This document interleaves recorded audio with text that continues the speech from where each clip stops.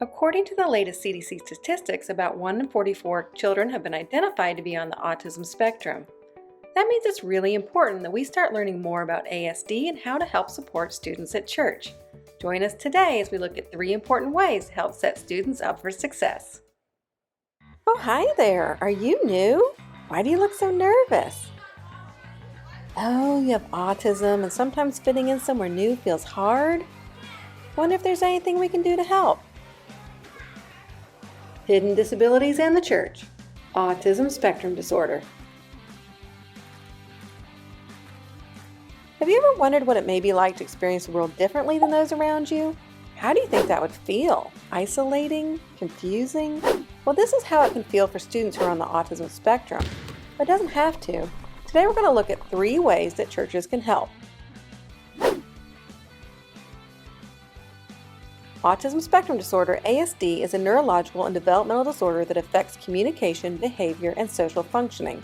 It's on a spectrum, which means that there's a wide variation in the type and severity of symptoms.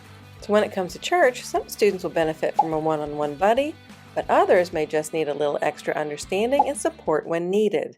Today we're going to look at 3 ways to give that extra support. Let's get started. Number 1, understand what's challenging. The first way that leaders can set a student up for success is to understand some common things that may be challenging, like trying something new.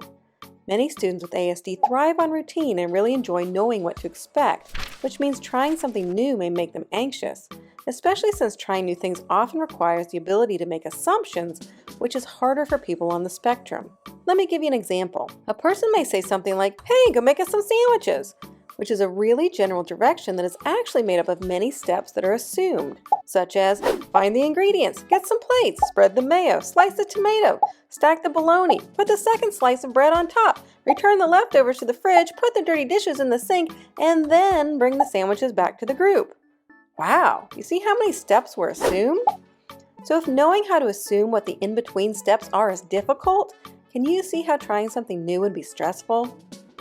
So if you want to help, try this. Give step-by-step instructions and allow a student to ask as many questions as he needs to understand. Or when a student attempts a new task, ask someone to go with him and help as needed. Another thing to know is that sensory overload can happen. Many students also are more sensitive to their environments, which means things like loud noises, tons of action, intense smells, and uncomfortable textures can potentially overwhelm their sensory system and cause them to withdraw or act out. Luckily, none of those things are ever present at church. Oh wait. So here's what you can do to help. Have a safe, calm area where the student can go if he begins to feel overstimulated. And have things like noise-canceling headphones and sensory fidgets on hand. The next thing you want to be aware of is that managing emotions isn't always easy. Emotional self-regulation can be more challenging for students on the spectrum, and this means that sometimes they can get easily frustrated or overwhelmed, and they may not be able to cope in an appropriate way. How to handle this will vary depending on the situation. Safety always comes first, but many times giving the student a chance to calm down and introduce coping methods like taking deep breaths, walking around, or talking through their feelings may help.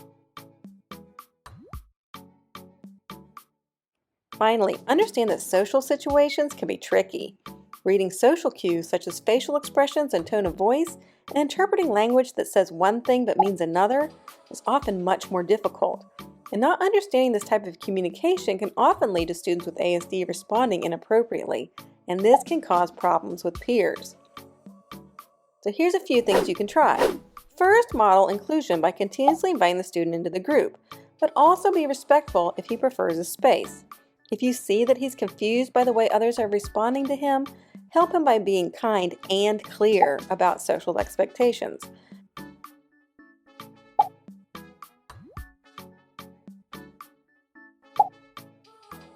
And finally, one of the best ways to help is by asking a few compassionate students to be intentional about helping him feel accepted and included. Oh, and one more tip here. When a student does have challenging behavior, assume positive intent. Know that it's most likely that the student is not trying to be difficult. He's just trying to cope with the challenge. So approach with empathy and help him figure it out. Number 2, listen to learn. Another great way to help is to listen to the experts, the student and his family. Invite them to partner with you as you look for ways to build support. Ask questions and answer theirs. Work together. And be sure that one question you ask is this: how much do you want to share with the group? Some students may want total privacy, while others may love a chance to educate the group with some self-advocacy. Whatever they choose, respect it. Number 3, celebrate strengths.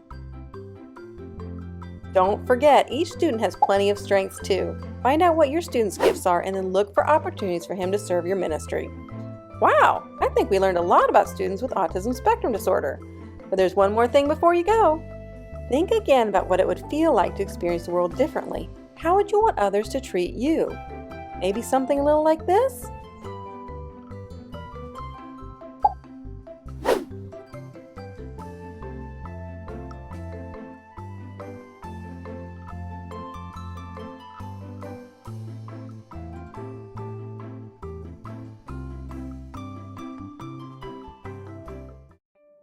Before you go, there's one thing we want you to know. Every student who's on the spectrum is unique.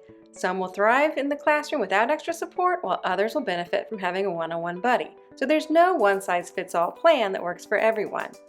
But we do hope that the foundational supports we talked about today will help get you started as you begin to learn more. Thanks for joining us. We'll see you next time.